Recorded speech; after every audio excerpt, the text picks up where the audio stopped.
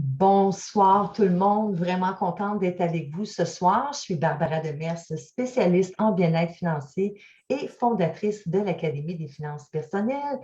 Donc, l'Académie des finances personnelles, c'est une école de formation sur tout ce qui touche les finances personnelles et on a décidé de vous aider avec différents sujets.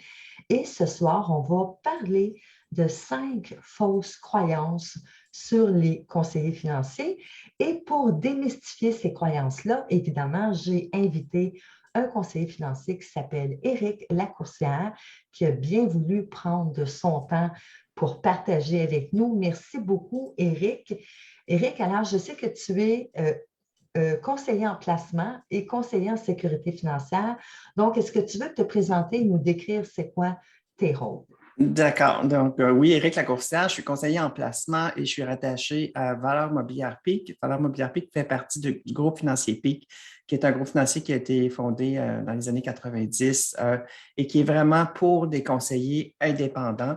Alors, le groupe financier PIC n'offre pas de produits maison. Quand on est rattaché à groupe financier PIC, on peut offrir des produits très variés.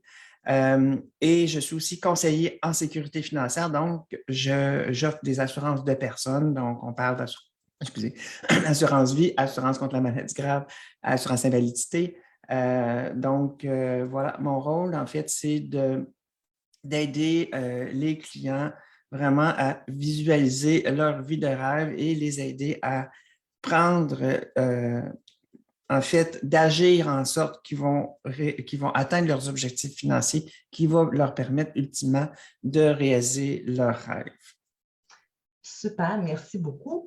Et Éric, en tant que conseiller financier, évidemment, on entend des croyances que les gens ont qui existent depuis des années, soit parce que quelqu'un a vécu une mauvaise expérience ou s'est fait raconter quelque chose qui n'était pas, vrai. Puis toi, tu en as relevé 5 et j'ai très hâte d'arriver à la 5e parce que moi, en tant qu'ex-conseillère, c'est quelque chose que j'ai vécu aussi. Alors, une des premières fausses croyances, c'est euh, qu'il est moins risqué d'avoir plus d'un conseiller financier. Est-ce que c'est vrai? Écoute, ça c'est vraiment une bonne fausse croyance moi, je te dirais, je vais faire une comparaison. Est-ce que tu penses que tu serais mieux traité si tu avais 2 médecins de famille qui te suivaient? Ou si, par exemple, penses-tu que tu serais mieux servi en faisant bâtir ta maison si tu confiais la construction, mais en moitié à un constructeur puis la moitié à un autre? Au bout du compte, il faut savoir, quand on fait affaire avec quelqu'un, il faut avoir confiance en la personne. Il faut savoir qui va être imputable si jamais il y a des problèmes. Et là, si on fait affaire avec 2 conseillers, bien, il y a plusieurs choses qui peuvent se passer. Parce que la relation conseiller et client, c'est une relation de confiance, c'est une relation très personnelle. Là, on parle d'argent, on parle de valeurs, on parle de nos rêves et tout ça, ça passe par les émotions. Puis, naturellement, chaque être humain est différent et je pense que c'est impossible d'avoir 2 conseillers avec qui on va avoir une connexion identique. Et donc, par le fait même, on va probablement parler de nos rêves, de nos expliquer comment on se sent par rapport notre tolérance au risque et tout ça. Ça va probablement être verbalisé différemment. Et ça se peut aussi que si on n'a pas la même confiance, qu'à une des personnes, on va permettre ou aller dans une certaine direction et avec l'autre, on va aller dans une autre direction. Et au bout du compte, ultimement, ce qui arrive souvent, c'est que les gens vont comparer les résultats. Et là, comment on fait pour comparer les résultats? Si ce n'est pas les mêmes choses qui ont été dites, ce n'est pas les mêmes choses qui ont été comprises, alors moi, je trouve que c'est très compliqué de faire affaire avec plus qu'une personne, d'autant plus que si chacun des intervenants ne sait pas ce que les autres font, le niveau de risque est probablement a beaucoup de chances d'être mal évalué. Donc, la personne se met beaucoup plus à risque en faisant affaire avec plus qu'une personne. Puis est-ce que c'est vrai qu'on pourrait dire aussi concernant la vue d'ensemble que c'est plus facile avec un seul Bien, conseiller? tout à fait. Le conseiller, dans le fond, si on fait affaire avec un conseiller et qu'on a une vue globale de tous les actifs, de tout ce qui concerne la protection, la sécurité financière et même le passif, le conseiller qui a la vue d'ensemble est plus capable de juger si les objectifs sont réalisables ou pas. Autre point aussi, on s'en va vers un monde où on va avoir des comptes en horaire. Donc, on sait que dans la vie, c'est comme ça, c'est plate, mais plus tu as d'argent, moins ça coûte cher. Fait que si on fait affaire avec un conseiller et qu'on a plus d'argent investi avec lui, bien, il y a peut-être moyen de négocier les frais un petit peu plus facilement que si c'est réparti à différents endroits. Et si ce n'est pas des comptes en horaire aussi, bien, il y a des frais de tenue de compte. Mes clients qui n'ont pas des comptes en horaire, ils ont des frais. C'est temps par compte. Quand c'est un REER, ça coûte plus cher parce que l'institution financière, elle doit envoyer des informations au gouvernement, donc c'est normal qu'il y ait des frais. Alors, plus c'est réparti, plus il y a des frais. Et le client lui-même, en ayant ces choses réparties à différents endroits, n'a pas une bonne idée de ce qu'il y a et de où il s'en va. Puis finalement, ça amène plus de stress qu'autre chose. Tu as tout à fait raison. Alors, merci beaucoup de nous avoir éclairé sur cette première croyance-là qui est quand même assez importante parce qu'on l'a vu beaucoup. L'autre fausse croyance, c'est que c'est plus sécuritaire d'investir dans une institution financière qu'avec un conseiller financier. Oui, Est-ce que c'est vrai, ça? ça aussi, c'est une bonne question. Vraiment, là, écoute, quand on fait affaire avec un conseiller indépendant, ultimement, l'argent est déposé dans un compte chez dans une institution financière qui est réglementée. Alors, si on fait affaire, quelqu'un qui fait affaire avec une banque ou une caisse populaire ou une bannière, que ce soit IG, Sun Life, peu importe, l'argent est déposé dans un compte. Maintenant, il y a des organismes qui sont là pour protéger les épargnants. Quand on parle de protection des épargnants, on ne parle pas de la chute des marchés boursiers, de la chute des valeurs, de la valeur des titres, mais on parle de protection en cas de fraude, protection, c'est ça. Donc, il y a différents mécanismes qui sont là. Et ce qu'il faut savoir, c'est que si vous faites affaire avec un conseiller qui est rattaché à un courtier en valeur mobilière qui n'offre pas de produits maison ou que vous fassiez affaire avec un courtier en valeur mobilière qui est rattaché à une institution financière, le courtier est un courtier réglementé de la même façon. Donc, il n'y a pas de différence à ce niveau-là. Quand on parle de protection des épargnants, ben, si, par exemple, vous achetez des fonds communs et la compagnie qui a émis les fonds, le gestionnaire de fonds, lui, fait faillite, là, il y a des organismes qui vont protéger les épargnants. Donc, il y en a plein d'organismes. Il y a la Société d'assurance dépôt, la SADC, l'Autorité des marchés financiers ici au Québec. On a Assurie qui assure les assureurs. On a l'Organisme canadien de réglementation du commerce des valeurs mobilières, donc l'OCRCVM, qui est pour les conseillers en placement, et la Chambre de sécurité financière. Donc, tous ces organismes-là sont là pour protéger les épargnants. Et il y a des organismes qui vont compenser pour des pertes. Mais encore là, il faut se rappeler qu'il n'y a rien qui va compenser la perte qui découle d'une chute des marchés boursiers ou d'une chute de la valeur d'un titre, comme par exemple les obligations actuellement, ils ont chuté parce que les taux d'intérêt augmentent. Donc, à ce niveau-là, il n'y a pas de raison de croire qu'on est moins bien protégé avec un conseiller indépendant. Au contraire, moi, je dois vous dire que comme conseiller indépendant, toute transaction que je fais, tous les portefeuilles de mes clients, c'est scruté à la loupe chaque jour. Si jamais il y a quelque chose qui ne convient pas par rapport aux objectifs de mon client, il y a une alarme qui il y a un avis qui est émis et il y a des corrections qui doivent être faites. Alors, tout est réglementé, vraiment, il n'y a pas de crainte à avoir à ce niveau-là. Super, merci beaucoup pour ça. Ça, c'est vraiment pour si on était pris en cas de fraude ou de faillite d'une institution. Et si on parle en termes de placement, il y en a qui vont dire, mais si je place mon argent avec mon institution financière, ça va être garanti. Avec le conseiller, ça ne sera pas garanti. Est-ce que Non, c'est c'est toujours faux. vrai, ça? Ça, c'est vraiment faux.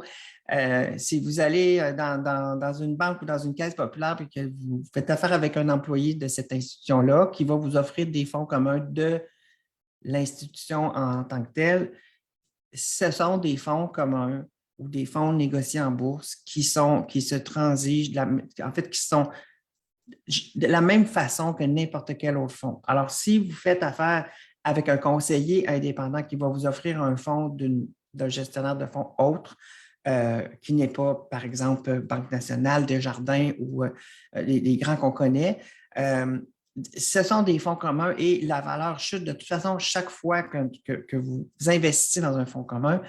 Votre conseiller est tenu de vous remettre un document qui s'appelle l'aperçu de fonds, dans lequel c'est clairement écrit que la valeur de ces placements-là peut chuter. Ceci dit, il y a des produits qui offrent une protection du capital, mais ces produits-là, ils peuvent être offerts autant par un conseiller indépendant que par une personne dans une succursale d'institution financière. Alors, la perte contre la valeur des titres qui découlent d'une chute des marchés boursiers comme on vit actuellement, ce n'est pas plus protégé dans une institution financière qu'avec un conseiller indépendant. Super, mais si on veut une garantie de produit, ça existe dans un Ça endroit ou existe, tout à l'autre. fait. Tout à fait. Moi, dans les produits que je peux offrir, il y a des produits qu'on appelle des billets à capital protégé, il y a des CPG. Maintenant, on n'en offre plus depuis quelques années parce que des CPG à 0,75 ce n'est pas très alléchant. Mais là, les taux d'intérêt augmentent, donc il va y avoir un petit peu plus d'engouement pour ça. Alors oui, c'est possible d'avoir des placements protégés avec un conseiller indépendant. Excellent. Donc, merci pour cette deuxième croyance-là. La troisième croyance, et je l'ai entendue il y a à peu près un mois, j'ai peur que mon conseiller se sauve avec mon argent. Et il y a vraiment une dame qui m'a raconté ça il y a un mois, puis il a fallu démystifier cette croyance-là avec elle. Donc, Éric, est-ce que tu Ouais. peux démystifier ça pour nous? Oui, en fait, comme je disais tout à l'heure, dans le fond, quand on fait affaire avec un conseiller, le conseiller, lui, il donne ses conseils, il dit, ben, dans ta situation, je propose d'investir dans tel véhicule. Et là, l'argent, il part du compte du client, puis il s'en va dans le compte du client chez le courtier ou à l'institution financière avec laquelle le conseiller est rattaché. Si un conseiller qui vous demande de lui faire un chèque à son nom, là, posez-vous des questions. Mais ce n'est pas possible quand on fait affaire avec des institutions financières réglementées que le client parte avec l'argent. Quand il y a des retraits qui sont faits, tout est tracé, on sait d'où part l'argent puis où va l'argent. Donc, c'est impossible pour le conseiller de partir avec l'argent de ses clients sans qu'il y ait des conséquences plus tard. Donc, c'est ça. Donc, les conseillers, d'abord, ne sont pas autorisés, en tout cas, avec mon courtier, moi, on n'est pas autorisé à prendre de l'argent comptant. On n'est pas, il n'y a jamais un chèque est fait à mon nom. Quand mes clients envoient de l'argent, c'est soit directement de leur compte, ils envoient ça dans leur compte à l'institution financière et vice-versa. Donc, moi, tout ce que je fais, c'est dans le compte du client, je dis, j'ai de l'argent comptant ou j'ai tel placement, je le vends puis j'achète autre chose et c'est tout. Je ne peux pas partir avec cet argent-là, c'est absolument impossible. Super, merci beaucoup pour cette précision-là.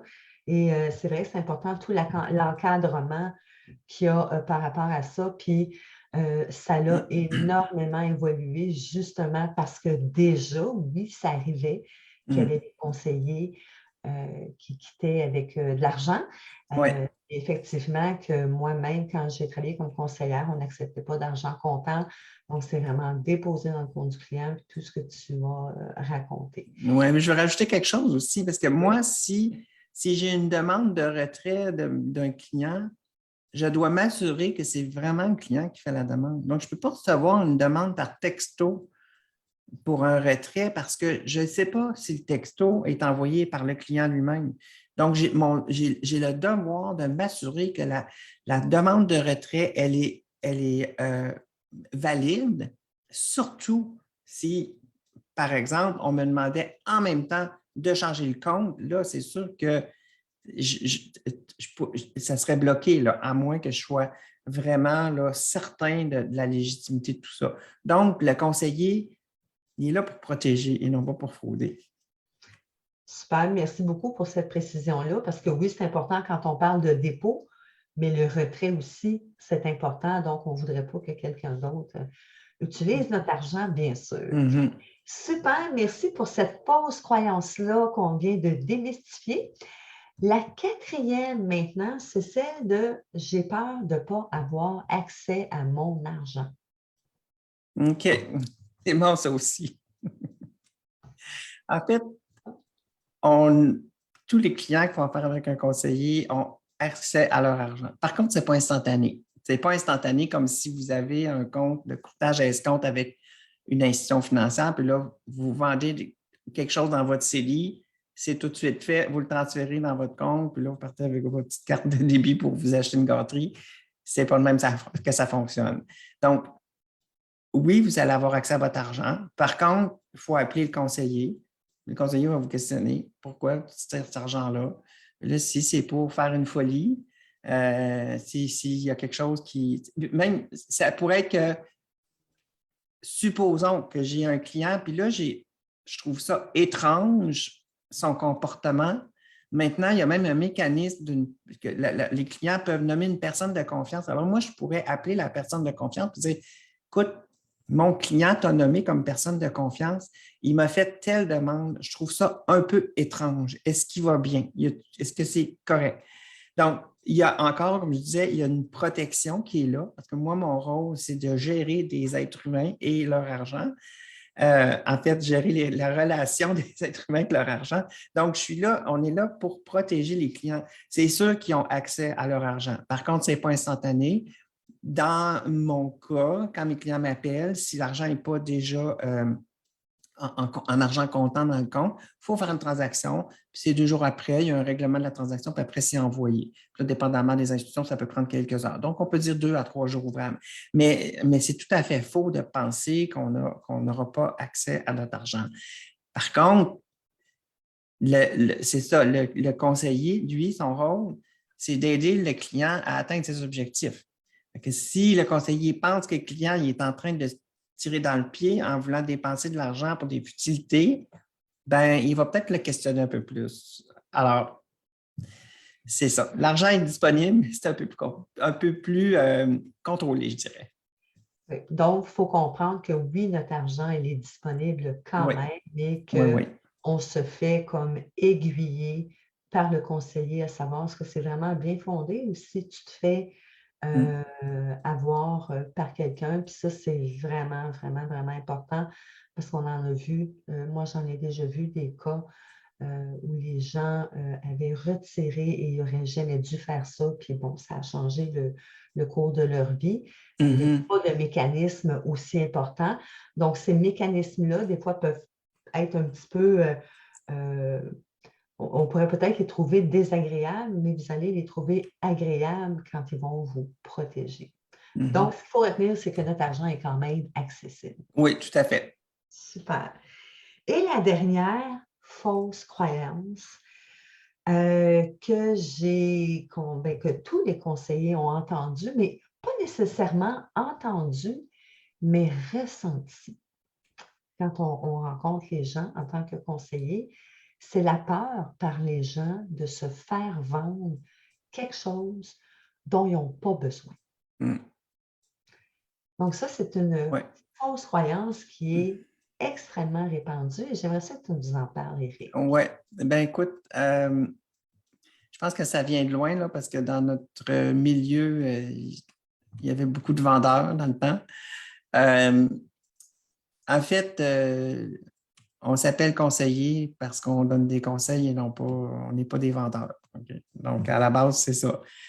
C'est sûr que quand il y a une transaction d'assurance, ben oui, il y a une vente, mais ultimement, le conseiller doit s'être assuré avant que la vente soit conclue que le client a besoin de ce produit-là. Et le conseiller en sécurité financière par rapport aux produits d'assurance de personnes est tenu de faire une analyse de besoins financiers.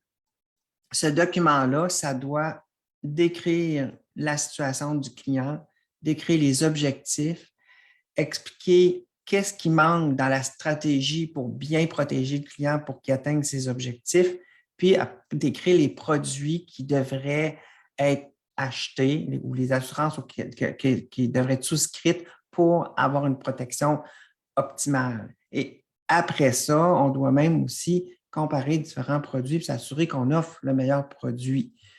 Donc, à certains niveaux, les produits, c'est simple. Si on parle d'assurance vie temporaire 10 ans, il n'y a pas de complexité dans ça. Si on parle, par exemple, d'assurance vie permanente, des assurances vie universelle, vie entière, il y a des différents produits. Donc, il faut vraiment faire une analyse approfondie. Il faut se rappeler aussi que le conseiller indépendant, c'est un travailleur autonome.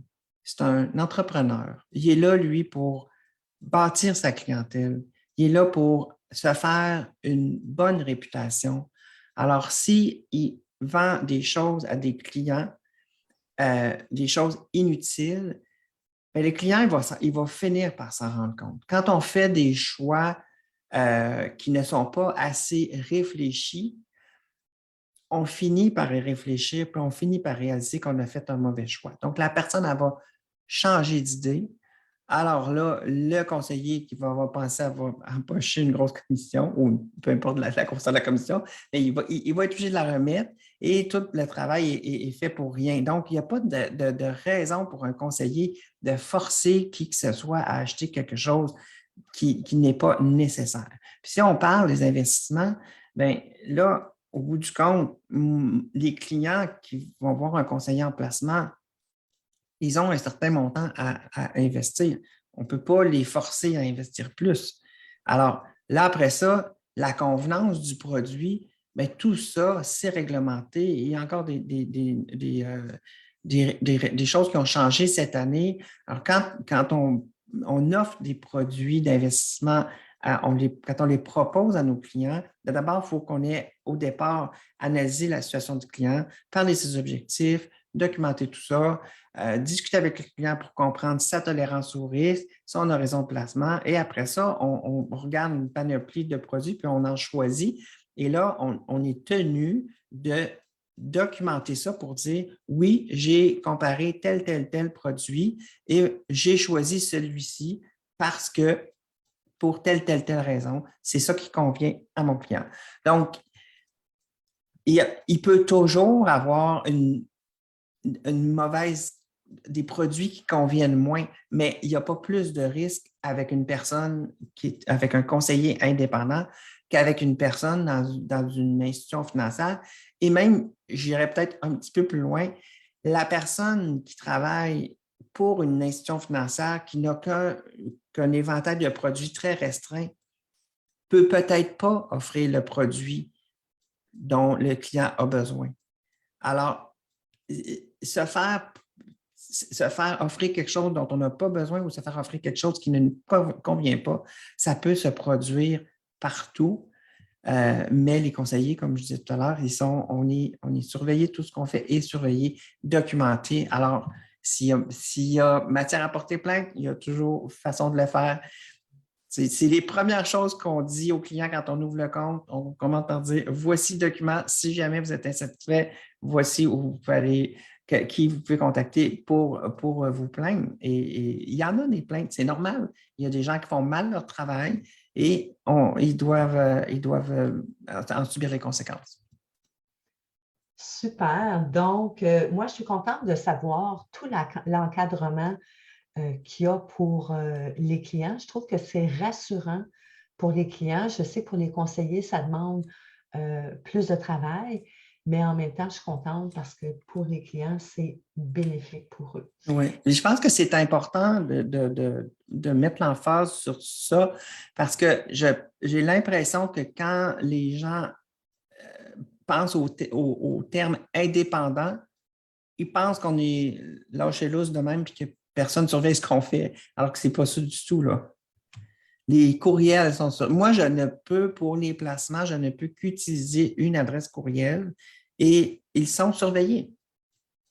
Donc, il y a de l'encadrement, c'est normal et c'est là pour protéger les clients et protéger aussi les conseillers parce que aussi quand on documente, si jamais on fait quelque chose, puis ensuite il y a une dispute qui commence entre le client et le conseiller, c'est sûr que le conseiller, s'il dit, ben là, voici ce que tu m'avais dit, on avait convenu de telle stratégie, tu es à l'aise avec ça, maintenant, ça ne te convient plus. Il y a quelque chose qui a changé. Donc, soit tu m'as mal expliqué ou il y a quelque chose. Donc, il faut aussi que nous, on soit protégés parce qu'on ne veut pas se faire non plus blâmer constamment. Il y a des choses desquelles on est responsable quand on fait un mauvais choix, et des choses desquelles on n'est pas responsable quand il y a une guerre qui éclate ou une pandémie qui... Oui, Ouais. Alors, voilà. effectivement. Effectivement. Bien, un grand merci, Éric. C'était vraiment intéressant. Donc, on a démystifié les 5 fausses croyances les plus importantes par rapport aux conseillers en services financiers. Merci beaucoup, Éric, d'avoir pris Merci, le temps. Barbara, de m'avoir invité. Super. Et on se dit à la prochaine. Bye bye Oui, tout le monde. à bientôt. Merci.